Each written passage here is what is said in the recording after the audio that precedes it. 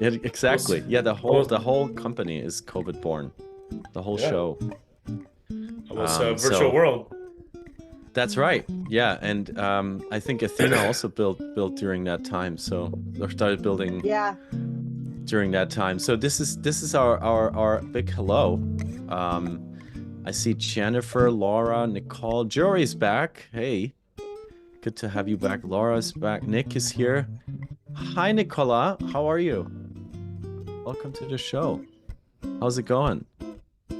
Feel free to unmute yourself if you like. Everyone. Hi. Hey there. Hi, Nicola. Hi, Hey. Jennifer.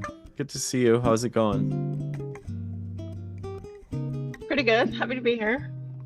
Where are you joining from, Jennifer? I'm in Paris. Oh my goodness. Lovely. What a kind of a fancy show is this? We already have, I think, 3 continents at least. Hi, Laura. How are you? Thanks for joining us. Hi, where are you joining us from today? Right in the center of Manhattan. Okay. Yep. Boring. No, very exciting. But you said it like it was boring. Like I'm also in the center of Manhattan, and I'm very happy to be close by. Veronica, hi. How are you? And where in the world are you joining us from? I'm also in Manhattan. Oh, cool. There you go. Hi, neighbor. Hi. Down the block. And Tim is back. Hey, Tim. Tim, are you outside? I am outside because it's a little bit chilly here in Tampa, but it's getting warmer as the day goes on. So I might shed this by the time we're done. Yeah, keep complaining, please, about Tampa. Very good to have you back, Tim. I love when people are joining us from outside. That's always the coolest. And Nick, welcome to you. Niharika, welcome. Glad you're joining us. If you would like to switch on your microphone or your camera and share your presence with us, we always appreciate it. And Jory's here. Hi, good to see you. Welcome back. Issues.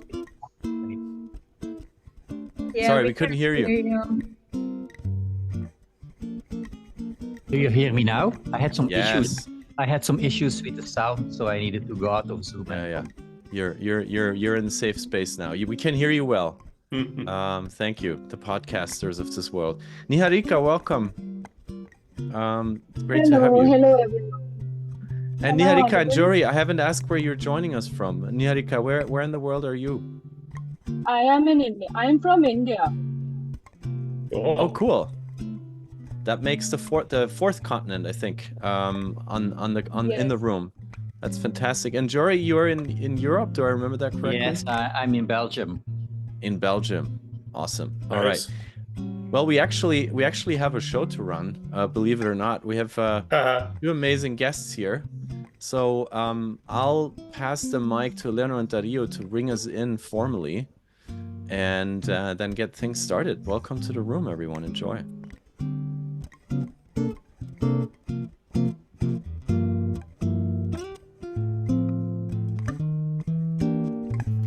Fly me to the moon and let me play among the stars.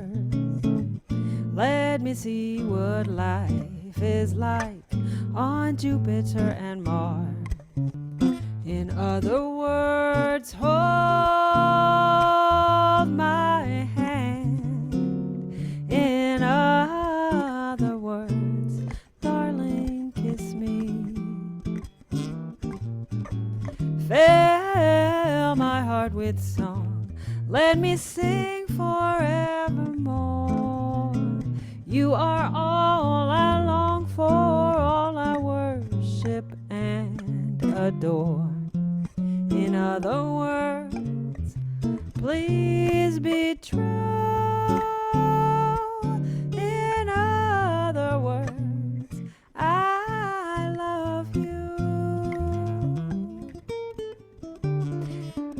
Welcome everyone to Remote Daily. Today signing on from 4 continents. An international juntada. My name is Eleanor and this is Dardio. We're signing on today from Tucumán, Argentina. Bienvenida. Oh. And with that, we are so happy to pass the microphone to Felix Zeltner.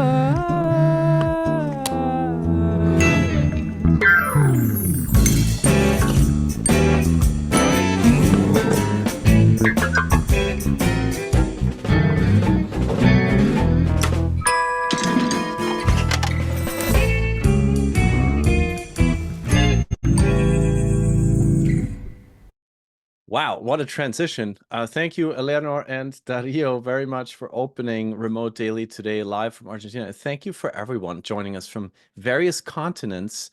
Remote Daily started 4 years ago, believe it or not, as a space to connect, learn, and leave inspired, and became a community building company, hosting live experiences for organizations all around the world. However, community is at the heart of what we do. This is our own space. This is our home. This is our lab. This is where we do whatever we want to do. And this is a safe space where we invite fearless leaders and you all to be a part of the conversation. The Remote Daily team, Liz is producing, Avali is pulling all the strings in the background. Jade is here from Mindfulness. And of course, Eleanor, you, as you just heard, we offer this space twice a month. Once is a fireside informed by all of you you're participating. And once today, a roundtable means everyone who's here in the room right now can join the conversation, can join us on stage and ask our experts, our professionals. We would like for this to be a safe space where you feel free to, add your comments, your questions, share your own experiences and ideas freely. We only record the first part of the session to share the content, to invite more people to the room, and then we switch off the recording to let all of you get on stage with us. I'll let you know when that's the case. To ask a question, you can also do that through the Q&A box. You find that in your Zoom menu, the ever expanding Zoom menu. There's a new button every month. There's one button that says Q&A. You can choose for your question to have your name attached to it. You can also choose for your question to be submitted anonymously. You can also upvote other folks' questions, which is great. And you can also type right into the Zoom chat, as you did early in the session today. Really cool to read that there is New York City, there is Belgium, there is England, there is Tampa, and of course India, and so many other places. We already heard from Paris today, from, of course, the West Coast where our guests are at. Really cool to have this global community in the room. This is one of the biggest uptakes, I would say, from IRL to virtual is access, global access. So easy to be together. And we also hold this space to, as I said, have you join us on stage. So when I ask you to join us on stage and you want to be on stage, just raise your hand, raise a hand emoji, raise hand button down there in the Zoom bar, and we'll get you on stage. We also hold this space, and I see that many of you have taken advantage of that already, to give you all a chance to expand your network. So if you want to post your LinkedIn URL in the chat so that people can find you, connect with you beyond today's session, please do. And I would like to just do a quick sound check from all around the world. So if you have a microphone button, hit it. Let's switch on our microphones, share your camera if you like, and let's just say hi to each other in whatever language you prefer. Hi out there. Guten Tag. Hello. Welcome. Good morning. Aloha. Hi. Yes. I heard an aloha in there, and Yeah. that gives us a nice teaser to our first guest that is on the stage with us today. The author of Making a Metaverse That Matters. What a cool title. I think there's so little coverage right now about the metaverse that matters. Most are like going in one or other direction, strong opinions, while the metaverse is very much alive. And our guest today just published this book, Making a Metaverse That Matters, based on, and I'm not saying this lightly, 20 years, okay, of working in the metaverse industry. Yes, it existed 20 years ago. And he started out as the first journalist, fellow journalist, colleague, officially embedded inside a virtual world. I'm so grateful, and I'm also a little bit jealous. I wish I had been there for this journey. His blog, New World Notes, nwn.blogs.com, launched in 2006. Damn, that was just yesterday. And it's the longest running site devoted to metaverse news and culture. Welcome to Remote Daily, Wagner, James Out. Such an honor to host you, James. Hey, Felix. And welcome to the room. Thank you. Great to be here. I just asked you about your amazing name, and you shared with me that you have a German, American, Chinese name. How cool is that? Yeah. You're a global citizen. I guess so, yeah. Being from Hawaii, that tends to be the thing. People kind of meet from all over the globe. And you have an Italian movie poster behind you. Oh, and I you're do, joining yeah. us from LA, right? Los Angeles, yeah. There's already 4 continents here, I think, in your presence alone. Thank you for being here.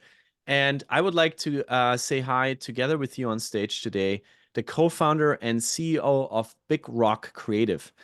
Very cool company name, I have to say, and connected to what she's doing every day. Award-winning XR experience company creating groundbreaking experiences for global clients. And it's true. It's not just, marketing. She was the one, and with her team, who created the Burning Man experience in the virtual, which was a huge success and created shockwaves of people around the world who understood that it's actually possible to create community in the virtual space. She's won Best Indie Creator in 2023. XR Women's Trailblazer Award, was named in the top 50 business and marketing visionaries. Come on, how cool is that? Welcome to Remote Daily, Athena Demos. Athena, an honor to host you today. Welcome to the show. Thank you. Thank you so much, Felix. It's great to be here. And hello, Wagner. We're like neighbors right now. I know. I'm normally a digital nomad, so I'm bouncing around all over the planet. I live without a home base. I live in the virtual world, and so it's unusual for me to be back here in Los Angeles. That's what we all share, the three of us. We all live in the virtual world. And Athena, what is behind you? What is this background? This is the digital Black Rock City. This is what we created. This is our 2021 version of Black Rock City. Black Rock City is where the Burning Man event is held. It is a temporary city that exists only while the Burning Man event is held. And so this is what we recreated for the 2020 and 2021 event, which couldn't happen in person for obvious reasons. And then we just kept going because we very quickly built a community in the virtual space of people that had always wanted to go or had been but couldn't go back, or that were disconnected from the community and wanted to be connected. And so now we're actually in development building our own application, which should hopefully do a public beta launch sometime later this year. Ooh, okay, that's exciting. Wow, I'm so excited to be just able to ask you guys questions. We're meeting today for the first time too, but I can already feel you both live in the virtual. You're super confident here. It's your natural habitat. And for the next 15 minutes or so, I'll just ask you questions. Then we have a quick mindfulness break, and then the room is open for all of you to join and ask your questions to Athena and James. And James, first metaverse journalist. Damn, I mean, who can put that on their virtual business card?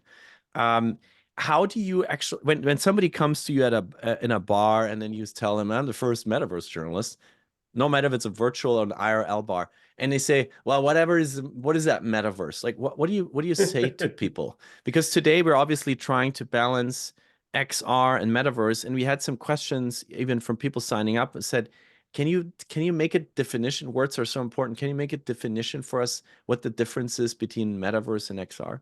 Yeah. So when I start this at the beginning of my book, I say the metaverse is a vast, immersive virtual world accessible through VR and other devices with very customizable avatar creation tools and content creation tools that are integrated with the real world economy and external technology. In other words, you could make a living from the content you create in a metaverse platform. And you can also connect, like people who are handicapped, for example, can connect and enter and control their avatar through their mind or other devices. So yeah, that's a rough definition. If I'm at a bar, or like my neighbor is a professional skateboarder and he was asking about what the book's about, I go, well, it's kind of like that's a metaverse is a fancy word for like Fortnite or Roblox. And he's like, oh, okay. And because Fortnite and Roblox were directly inspired by the metaverse as described in Snow Crash, like a lot of platforms. Got it. So we are obviously a show and a group for and with community builders. So you have been there when most people didn't even know Metaverse was a thing, and you embedded yourself in Second Life. The first Metaverse, I think, that gained really like global traction. A lot of people use and are still using, if I understand correctly. Yep. So when you just look at the aspect of community building, how has that changed in your experience from 20 years ago when you started immersing yourself in virtual worlds to where we are today? The big change has been social media. You could even say that the metaverse and virtual worlds are kind of an extension of social media. It literally is social, what makes it different from any other type of kind of game or 3D immersive experience. But really, after the advent of YouTube and then Twitter and so on, what we saw is people started integrating what they're doing in a virtual world with social media. So for a perfect example is Minecraft, which is massive now, about 150 million users. They really started uploading or live streaming what they were doing in Minecraft and started building an audience. And now Minecraft videos, and that's an early metaverse platform as well. It's one of the most popular thing that people watch on YouTube now. So it's really shaped how people integrate what they're doing virtually with the kind of broader kind of 2D social media. Interesting. And second question to you before we go over to Athena. One of the chapters in your book has a headline, is all written, "Community creates value, not the other way around." And ever since we started on Remote Daily to surround ourselves more with professional community builders and talk to them, I think is one of the core things that everybody would sign up for and agree on. However, you even go further and you say the metaverse is our best chance to create transformational community online. And I think that is a point that not everybody would agree with. So why do you think that is? Why is the metaverse today such a great place for, as you call it, transformational community building? Yeah, and this is one thing I really wanted to focus on with the book, because after Mark Zuckerberg and others sort of glommed onto the term, they were kind of talking about it like it's a technology, and I was pulling my hair out. Like, it's like, no, there's a virtual world communities emerge, and they are only possible with an immersive virtual world space, because you have, by definition, millions of people from all over the world connecting in the same virtual space. So you have a sense of you are there with other people. And because there's millions of people, you're going to meet people from different generations, from different economic backgrounds, different races. And that's only possible, far as I can tell, within a virtual space where you have this sense of immersion. Because with social media, you're either connected with your friends or you're yelling at each other on Twitter and so on. So there's not that sense that you can meet other people. Like I begin in the book, there's I just randomly stumbled onto an 86-year-old black blues guitarist from the South who was playing live music in Second Life. And it's just like totally by random. And that's the kind of people and experiences you can have when you have a virtual space that transcends geographic and age and gender and so on. So yeah, that's what excites me. And that's what's so important about the metaverse in terms of, why it matters. So when I understand this correctly, to paraphrase, you say there's an actual serendipity to a virtual Exactly. space that you wouldn't Yes. find on a social media platform. Yeah, Athena. exactly. Athena, I agree I was just about to completely. ask you. I'm just Yeah. like, yes, that's all we experience. So Burning Man is all about serendipity. You put a whole bunch of people into this giant space, 80,000, and how do our selves as atoms collide? And what we found in the metaverse worlds is that it was amplified. Like, it's already amplified at Burning Man. And then you put these global burners together in a virtual space, and it amplified it even more. The serendipity was off the charts. We had people, I ended up meeting on a regular basis with people from China and New Zealand and Australia that I wouldn't have met any other way. And I could meet them and hang out with them. And they were artists and musicians, and some of them had played in the digital realm, and some of them, this was their first time, their first foray in, and this was their only connection to the Burning Man community. And that happened because we had VRCVR, which is Black Rock City virtual reality. And Serena just put in the chat the interconnected and immersive nature of the additional physicality of avatar and interaction beyond text, beyond video.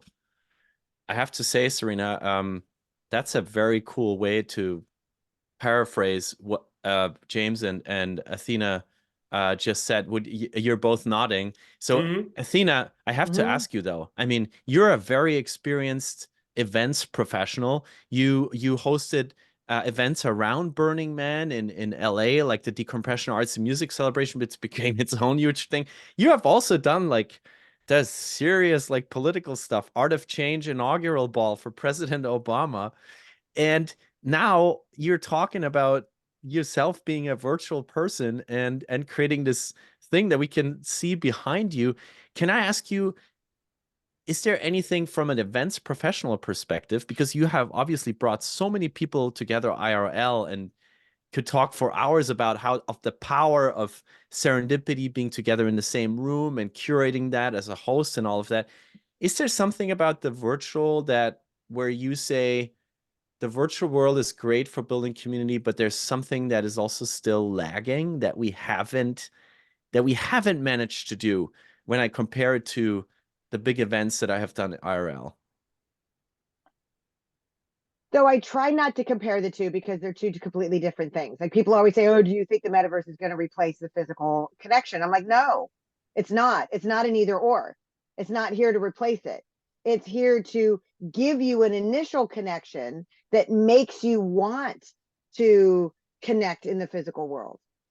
It's not going to replace going to Burning Man. It's going to give people an in so that they can go. So it's not an either or. But when I produce physical events, the largest event that I ever produced in the physical world was the LA Burning Man Decompression Festival. And we had about 8,000 people in attendance. We had 13 stages of music. We had 150 art installations and theme camps. And we took over this gigantic park in downtown LA. And it was epic. And then my very first year producing the virtual burn in 2020. And mind you, the only reason why I'm in VR is because of COVID. I would have continued doing television and film production, documentary film production, and live event production if I could keep doing it. But because we couldn't, I had to pivot, and I had time on my hands because nothing was happening. So I pivoted to helping the community and doing something that brought us together. And now I have like this business that does it. But the very first year that we did the virtual burn, we had 14,000 people join. I had never produced an event with 14,000 people. And it was 14,000 people over an 8-day period of time. I had never done an 8-day event. And I did it from Mexico. I was in Oaxaca City, Mexico, and my team was all over the world. We had people in Australia, we had people in India, we had people in the UK. Most of my team was in Los Angeles, but we had people all over the world that was keeping track of everything that was happening 24/7, because we were 24/7, because the playa is 24/7. But when you're dealing with a metaverse event, you have to think in all time zones. Where are people going to access from? And I'm sure when you do remote daily, you think about what's a good time zone for one of the both hardest sides questions. of the pond. Yeah. It's the hardest question. What is the best time zone for everyone? And there isn't one. We haven't found. Have you guys found one? No. Anybody? Have you found one? No, it James? always leaves Is it somebody Hawaii? out. I love it. It was Hawaii, but yeah, when I am in Hawaii, I have to get up really early to take calls. Like so it's already 8 a.m. here, which is on the early side in LA. Right. When I was in Alaska, I saw a world map where Alaska was in the middle, and I thought, Yeah, that makes sense. We should look more into the Pacific and make that the center of the world. But thank you for sharing that, Athena. And I wonder, for everybody who's in the room today, do you have an advice for community builders who are now thinking, ah man, I wish I knew more about how to build community in an XR environment, and I just can't wrap my head around it. Like, is there what would you give as advice to get started there? I mean, just get started. I'd really think. Oh, go ahead. No, go ahead, please. I was going to say one thing to do, because you are dealing with an immersive 3D space, you really want to have a sense of fun that encourages serendipity. Like, that's another mistake people make with the metaverse, is you just kind of just create a 3D platform and expect people to start doing things. But no, you really want to have some sort of fun game experience. For example, like, that's why Fortnite became so huge so quickly, is it was kind of this fun sort of battle royale game that's also very social at the same time. So you want that aspect. And all of the successful metaverse platforms have had some variation of a game-like experience, because, you're meeting people from all over the world. So you don't necessarily start just randomly talking to people. You want to have some fun that really leverages the social and the real-time nature of the whole experience. And would you pick a topic? Yeah. Pick a topic. Like, we found when we did our event that we had all these other little events that were going on in the bigger events. And so there was one that was literally about the science of serendipity. And so people that were really interested in that went to that event, and then that created that little community. We had DJs, we had music, we had live music as well. We had meditations and all sorts of different things going on, so that people could go do the thing that they were interested in and meet people that were also interested in that thing. Okay, interesting. So if you have an existing community on another platform, think about a gamified way so people have an incentive to join, but also think about a strong purpose of why they should be there. And when you connect it to it, probably the space and the technology doesn't even matter as much. They just want to be there. However, the Web3 space, and you have a chapter in your book as well, James, where you say it's not Web3.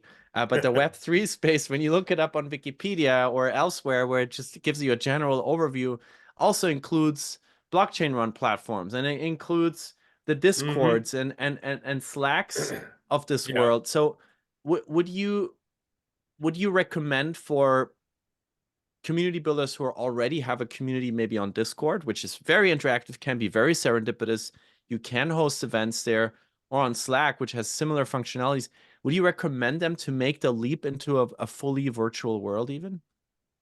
Yeah, it's really fun. And I've seen this done, especially for kind of fun, like one time, like once a month events where you get the whole team from Slack, from like a company that's around the world. And you say, okay, let's go into this 3D space and we can hang out together. So yeah, that's a really good way to do it. It usually works the other way around, where that's why Discord, like you mentioned, is so huge, is people would socialize within Fortnite or Roblox or Second Life, VR Chat, and so on.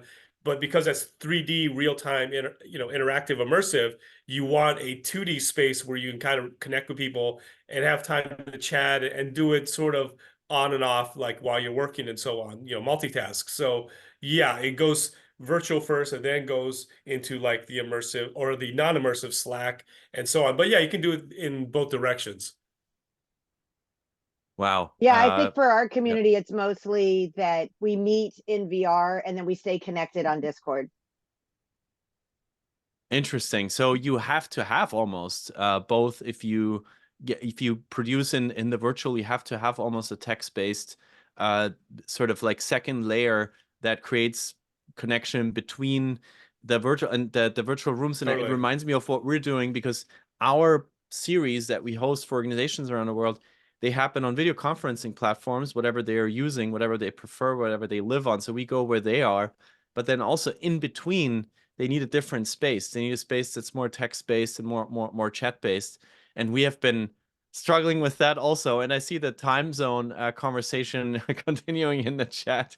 And it reminded me that we are in a little bit of we're in a time hole right now because the US already changed their time. Europe hasn't, which is this really weird time of the year where everybody's late for everything or early. So, but it shows us time zones are artificial, and maybe there's a way for all of us to find a time where we can connect around the world. I would like to give the microphone to every one of you to share your questions after the mindfulness. So start thinking about what you would like to know from Athena and from James, true experts. It would be easy to write a book with both of you, or many books, with all the experience that you have and all the amazing things that you have done in the past. I just wanted to go into the transition, just ask you one final question from my end, both of you. Do you have a promising example for what you think might be the future of community building in virtual worlds? Have you seen something lately? Have you stumbled across something that was not your own, where you thought, this is really interesting. This is something I want to spend more time with. This is inspiring. This is opening a new avenue into building community in our era that I want to know more about. I want to recommend and share with others. James, to you first. Well, yeah, one thing that jumps to mind, because I was hearing the guitarist from Argentina, is someone in VR chat recreated Jorge Luis Borges' Library of Babel within VR chat. So What? it's a completely infinite library with infinite books, like Borges describes. I mean, when you read the short story, your mind is kind of blown and melted at the same time. But someone created it in VR chat, and so what you see is groups of friends will go in and they'll explore the Library of Babel. I'm just kind of blown away. It's like, this is one of the most amazing concepts described in literature, and you can actually experience it immersively and socially with people. And that's something you can do that you can't do on Facebook or Slack even. So yeah, I was like, wow, more of that definitely needs to be talked about and written about and created. So yeah, that's what excites me. So an infinite space, and I think I found a blog post from your site, New World Notes, on this. I'll just put it in the Zoom chat Oh, awesome. here. What a fantastic example for something that's kind of like breaking the boundaries of our thinking. Athena, is there something that you came across lately that you want to share that you think could be point towards the future of community building in the virtual space? I have came across lately. The most recent thing that we did was the 1 year memorial for the sunsetting of AltSpace, and watching how the community came together to create what looked like and felt like AltSpace on a different platform. We were on VR chat, and people have done it on Spatial, and people have done it on Engage. But it's like, you can't take the technology away. I think the community is just going to, they'll just go somewhere else. They're still the AltSpace community. They still identify themselves as the AltSpace community. We're like this refugees on other platforms. And Facebook sent one of their platforms, and there was Wave got sunset. And it's like, as these platforms get shut down, the communities are like, no, we're still together. And they set up on a Discord, and they talk about where, like exploring different places to figure out where to go next. The reason why, by the way, we're on Discord or we're on Slack and we're on these virtual worlds is that there's actually, that doesn't exist as an add-on to the virtual world. So AltSpace had a messaging system, but it was kind of clunky. But VR chat or Second Life or Engage, if you want to have a text-based conversation to organize your event or the thing that you want to do, doesn't exist within that platform structure. And that's one of the things that we're hoping to build with our platform, so that it's all integrated. Fantastic. Thank you for sharing that. And it's something we rarely think about, sunsetting community platforms, because there's always new platforms. Where do they go when they stop existing? Where do the people go when they stop existing? And I found a podcast that I should share in the chat, I think, where you talk about the eulogy you gave and the community coming together to sunset this. What a beautiful example to think about a virtual space also in terms of a life cycle, that it has a beginning and an end to it. And I guess this brings us into the space that I always love when we host Remote Daily, when we all get a chance to reconnect with our bodies and breathe and relax and think about what we want to know and what we'd want to experience and what we want to get out of the session. So this is a quick moment for all of you to recuperate, to process, and to then afterwards join us on stage here. I already can see that a few questions have come in. And we would love to see you all on stage after this, but here's a mindfulness moment for all of you, delivered live from New York City by Jade Alexis. Jade, welcome to the show. Good to have you here. Thank you. Always an honor and pleasure. I will jump right into this. Let's close our eyes and remove ourselves for a moment from the virtual reality. And I want you to move into your inner reality. Your eyes are closed. Allow yourself to connect with yourself. Bring your palms to prayer, let your palms touch in front of your heart space. Start to rub your palms together and feel the warmth and heat regenerating between the palms of your hands. As you do this, continue to breathe in and out through your nose. Place your right hand on your heart space. Place your left hand on your belly. Take a deep breath in through your nose. Feel the warmth and heat from the palms of your hand. Exhale out your nose. Continue to breathe in and out through your nose. In order for us to connect with the world and worlds around us, we must first connect with ourselves. Feel the warmth, feel the peace, and feel the love that exists in your heart space.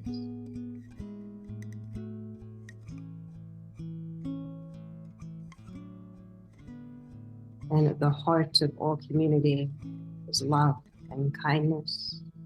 If you will, for the next few moments, on your inhale breath, breathe in love. As you exhale, release kindness. Inhale through your nose, love. Exhale out your nose, kindness. Take a couple rounds on your own now.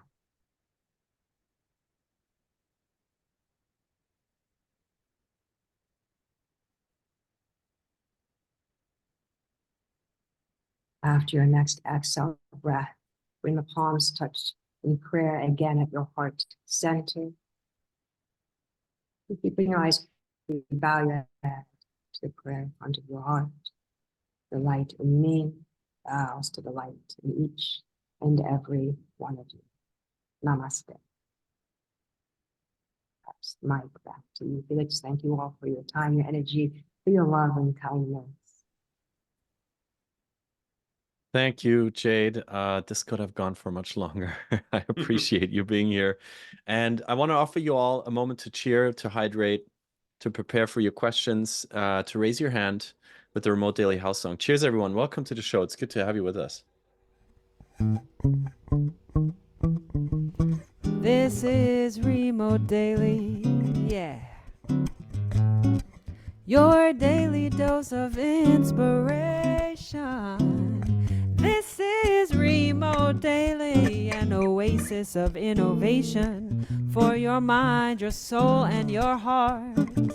Connect, act, and recharge with Remote Daily.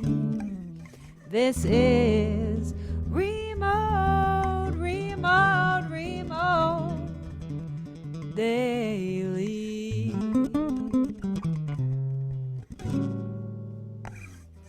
This is Remote Daily. Eleanor and Dario, thank you so very much. And for the next 20 minutes, I invite you all to come on stage. We received some questions from you beforehand when you sign up, and I'll weave them in. But this is for you, so just raise your hand and join us like Yuri did. I hope I pronounced your name correctly over there in Belgium. Welcome back, Yuri. Great to have you with us. Thank you, Felix. If it's the right way I pronounce your name, Felix. My name is actually Yuri, but in the US they call me Yuri. So my question is actually, of course, about building community in the metaverse. I've been organizing myself more than 10 metaverse events for marketing communities on Discord. And so we did like mini TED Talks, we did AI art exhibitions, panel discussions, metaverse tours, all of that. But the thing is, in the beginning, we had like 30 people showing up for these events, and then less and less people come. And so the diehards, I mean, they come. So I was wondering, do you have tips how to, if you see that people are engaging in Discord communities, but how can we take that engagement and get them back onto these metaverse events? And obviously there is also the time zone question, but we solved that, not for everyone. But yeah, if you have any tips, would love to hear them. Thank you, Yuri. We almost like gamify our Discord. So in order to get people to engage, we've done, you can do like a little point system for engagement, to encourage people to comment and be a part of it in Discord. We haven't done one in a long time, but we used to do Q&As where people can come and ask us anything.